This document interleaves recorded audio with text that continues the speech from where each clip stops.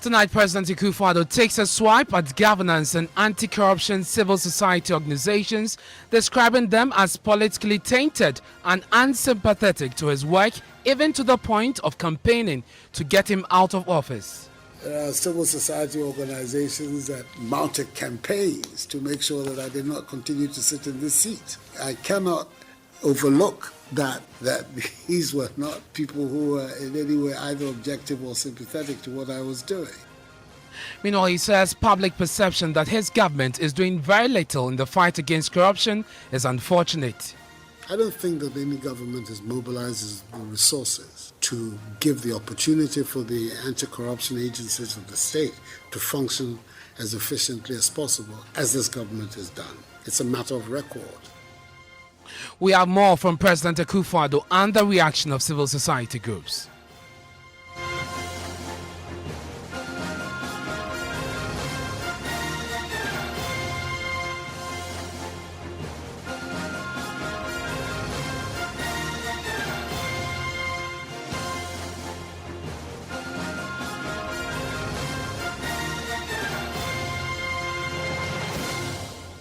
And Top Story is brought to you by Gasem, The Nation Builder, and Vodafone. Together we can. My name is Ernest Manu. Tonight, President Akufo-Addo has taken a swipe at governance and anti-corruption civil society organizations, describing some of them as politically tainted and unsympathetic to his work, even to the point of campaigning to get him out of office.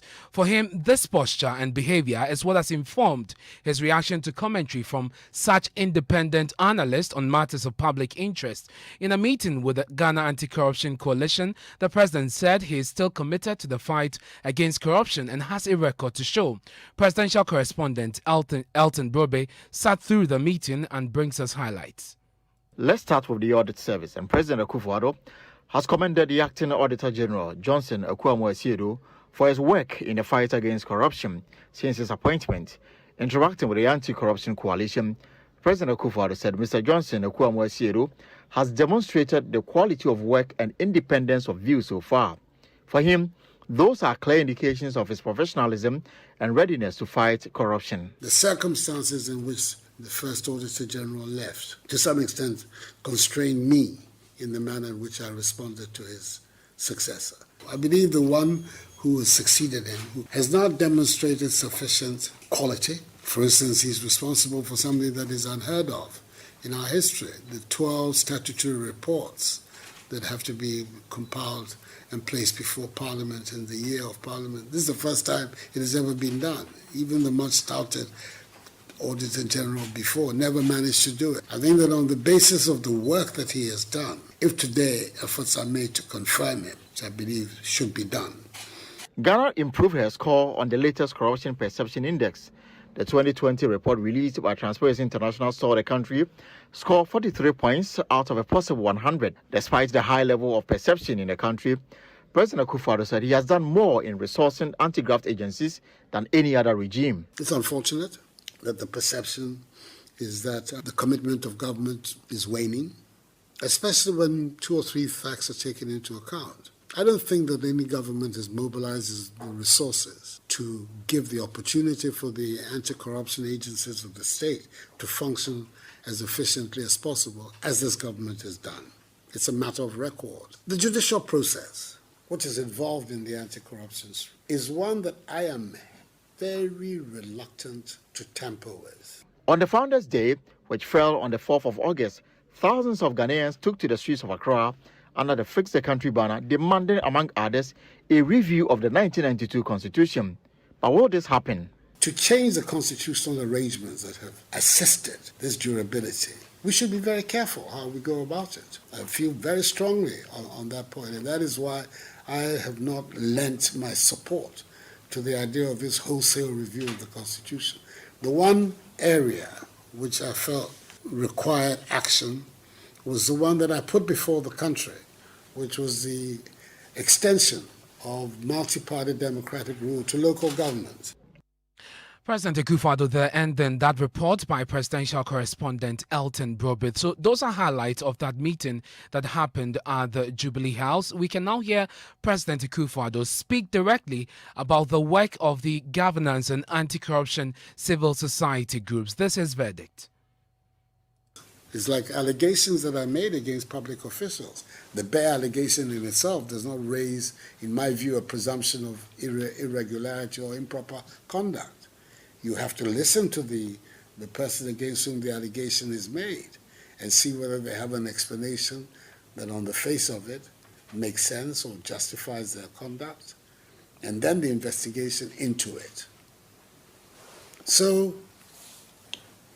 I've not shirked in any way my commitment that we should try and develop a state whose agencies act not in the personal interests of those who man them at any given time, but in the interests of those to whom they serve. I've not retreated in any way from that.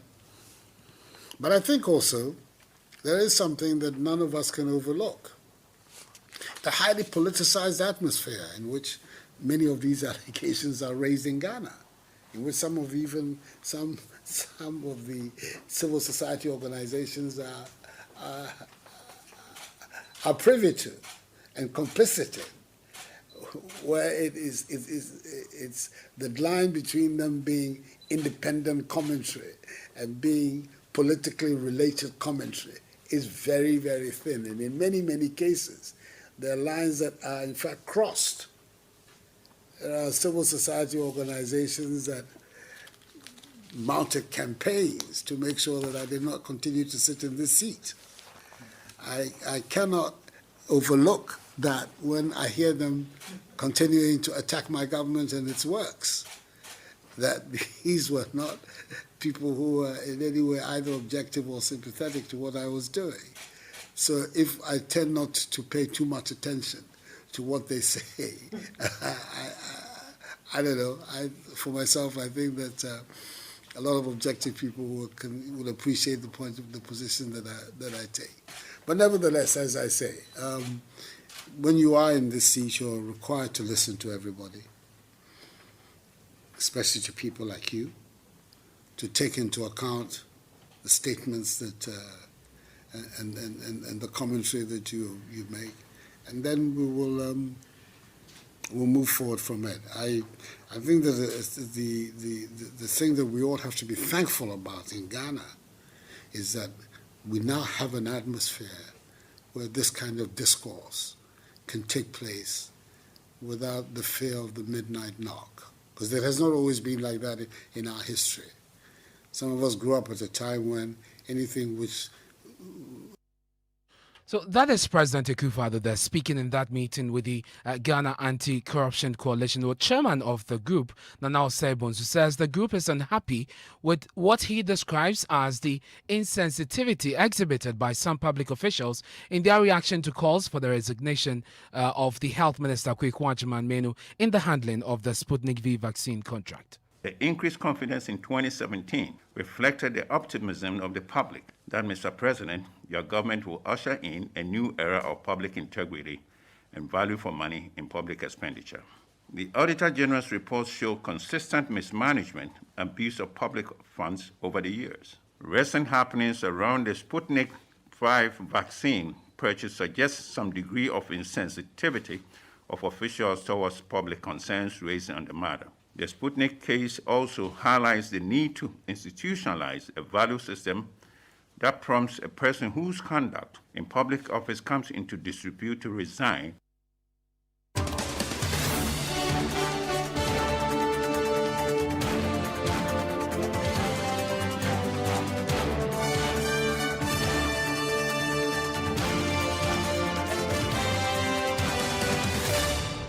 Let's go to the phone lines now. Kofi Bento is Vice President of Imani Africa. He joins us on the phone. Mr. Bento, I'm grateful for your time here on Top Story. Hello, Mr. Bento. Can you hear me, sir? Hello, Mr. Bento. Well, let's try the other line and see if we have Suleiman Brima, who is the Executive Director for the Media Foundation for West Africa. Mr. Brima, if you can hear me, thank you very much for your time here on Top Story. Thank you very much for having me. Great. We'll also be joined shortly by the co-chairman of the Citizens Movement Against Corruption, Ernest Sunanu, on this matter. But let me start with you, Mr. Brima. When you hear the president say that some of these civil society groups, especially those in the anti-corruption and governance space, are politically tainted, and that is why his reaction has been what it is to some of the commentary, which is supposed to be coming from independent people. He says some of these people go all out. They went all out to ensure that he did not secure a second term. Your reaction to that?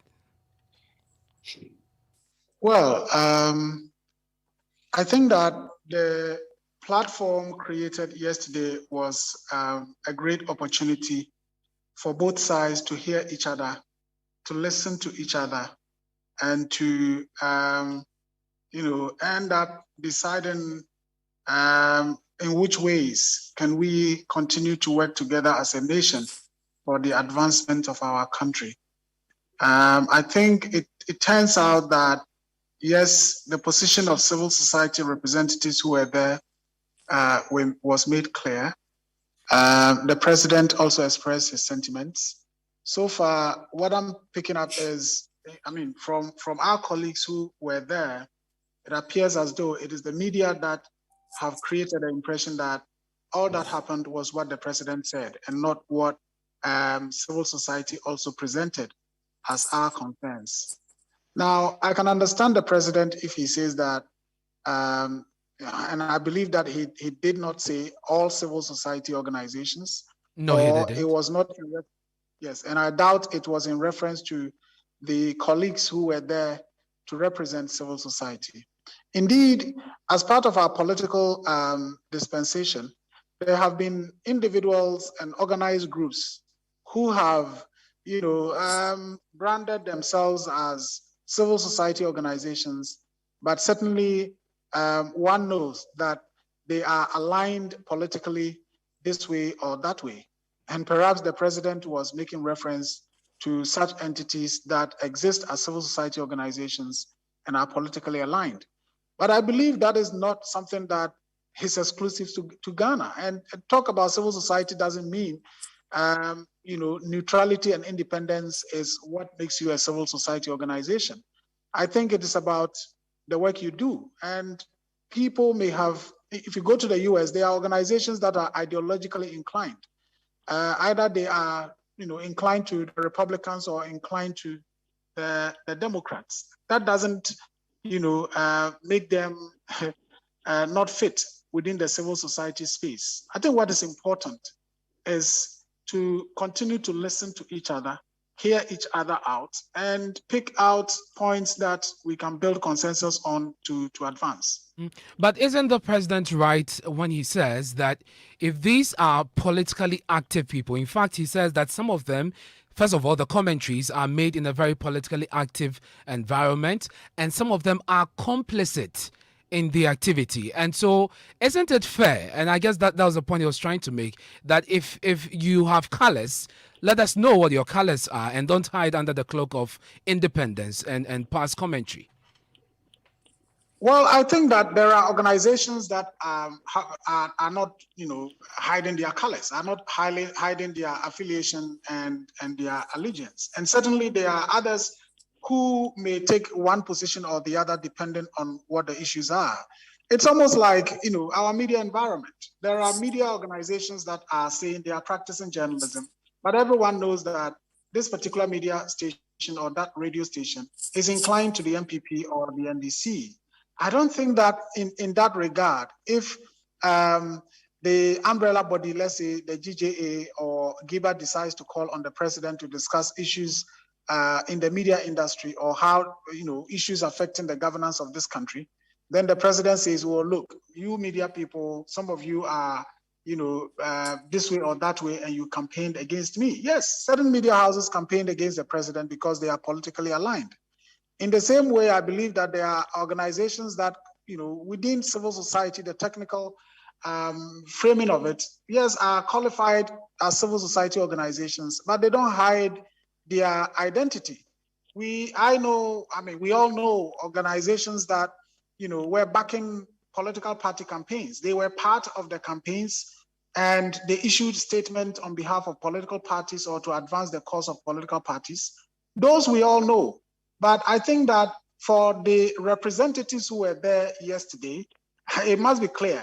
And of course, people may not know those who were there, but there are few of us who were there to represent us and the organizations that they represent. I believe that everyone knows that we exist to champion the cause of the country. And we Mr. may Brima, disagree. one of those who were present at that meeting yesterday is Mr. Bento. He joins us also on Zoom. Hopefully, we have a better connection to him now. Mr. Bento, I'm grateful that you could join us here on Top Story. First of all, help us understand at whose instance was this meeting called? Hello, thank you for having me. I hope you can hear me. Yes, I can hear you now.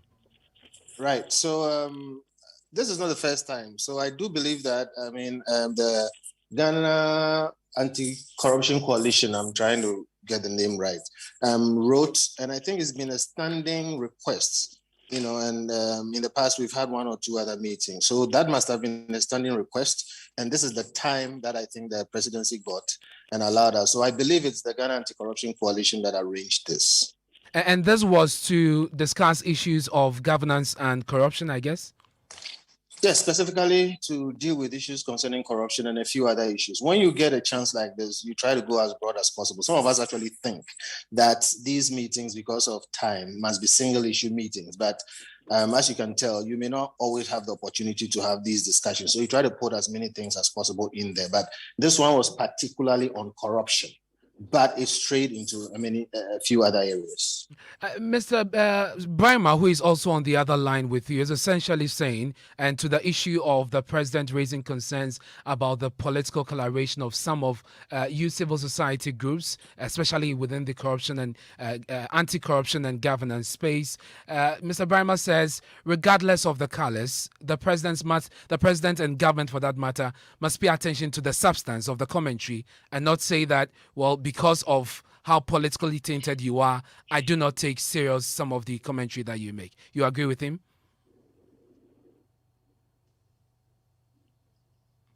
Hello, Mr. Bento. Oh, yes, I agree with. Yes, do you hear me? Yes, I hear you now. I agree with Suleiman entirely on that. And honestly, let me say this. A number of issues were discussed. The media didn't have the opportunity to stay for the whole period. And it's sad that we are harping only on this one. That's the first point. The second point is that I honestly, genuinely do not think that the president intended to denigrate civil society organizations. The president has, been president for less than a decade. And for the past, all of his life that he has not been president, he has been very vocal in the issues of our national development, etc. And he was speaking as a civil society person because he was not elected. What we need to appreciate is that before he became president, he occupied the office of the citizen. The citizen's office, or the office of the citizen and its responsibility, is more important than the office of the president. The president is there because we put him there. So I don't think the president is denigrating civil society or civil society organizations. Indeed, we all know of civil society organizations like AFAG, which is directly aligned to the MPP. Let My Vote Count Coalition was directly aligned to the MPP. We have the Dankwa Institute, which is a civil society organization aligned to the MPP. And there are many like that which are clearly aligned. So even if he was talking about civil society organizations that are politically colored, I still don't think it's a problem. At Imani, we have actually had cause at a point to advise each of the political parties to have think tanks, because development is a thinking intensive thing. So to that extent that some civil society organizations are politically colored or whatever, I don't see anything strange about that. And they have to be listened to because they speak as citizens. And to think that the president was going up against us because he was upset, I also don't think that he was upset about civil society commentary. Well, what you need to do with your leadership. Bento. Well, you haven't, but I'm saying this is taking a certain sensational tone. And I think it's unfortunate because there's more substance to the issue that we should be dealing with. You have a situation where it gets to times when the only real voice will be civil society speaking from more or less a neutral position. because you have a capture of two political parties, and in certain situations, you are not sure exactly what the reality is because each is towing their political whip line. And I guess that is the crux of the concern raised by the president, that the neutral tone which you talk about is not exactly neutral, and for him that is worrying. At least from what I have just said that it does not have to be neutral, but I'm saying there are situations in this country where if you were to listen to just political parties, NDC and MPP, you would just be hearing a lot of noise about political positions and not hear the other issues that need to be canvassed. So we do need, and every society needs a civil society that is vocal. So the point I'm making is that I get it if the president thinks that there are one or two civil society organizations that do not agree with his politics. And I just made the point that he is also aligned to civil society organizations that other people will not be in agreement with. That is never a problem. The issue is, are civil societies a plus to this country or not? And I absolutely say they are a plus. And I believe the president for most of his life was operating as a civil society person. So we need to appreciate that it is necessary to have all these various groups and voices speaking from a citizen's point of view to make sure that our public officials are held in check. Mr. Bento, we have Mr. Sunanu on the phone with us, but just before I go to him, you indicated that this meeting lasted much longer. The media couldn't sit through all of it. Are there other aspects of this meeting that you could bring us up to speed with, especially with what you put on the table, the issues that you raised at this meeting that you think you can share with us? Well, yes, I will speak about the issue of the constitutional review. I think it came up for discussion and there were divergent views around the table, but we finally converged. And much as it is not something that we should jump into with ill-advisedly or not without the necessary precaution, we came to a certain agreement that after 30 years of running this constitution, it has delivered to this country political stability. But what it needs to deliver to us beyond political stability is development. And for that reason, there are aspects of the constitution that need to be tweaked. Okay, there was the idea that even if it's an entrenched position, the fact that every 4 years we hold a referendum, or in essence, we have a situation where the general election is already paid for, can be used even to deal with some entrenched provisions. And there was some sort of agreement that there needs to be a discussion so that we can get a certain political buy-in on which aspects of the constitution will need to be reviewed, amended, or whatever we need to do with it. So these are very important things. And I think they came up, were discussed, and I don't think it's a secret, so we can talk about them and move that discussion forward. We will do that. And indeed, I heard the president's response to that aspect of the constitutional review. And he said that we need to be careful in any amendments that we will undertake. But let me go to Mr. Sunanu now. Mr. Sunanu, there was an aspect of this conversation that had to do with his effort or contribution in fighting corruption. And of course, he says it's a matter of public record, the resources that he has made available to these anti-graft agencies. But then there was some praise for the current Auditor General and a certain comparison with the work that his predecessor, whom many of you, for want of a better expression, had fallen in love with. Does that create any difficulty, Mr. Sunanu, for the current Auditor General? Do you see that? No, I don't think it creates any difficulty. It's early days for the Auditor General. I don't know whether he's acting or substantive at the moment.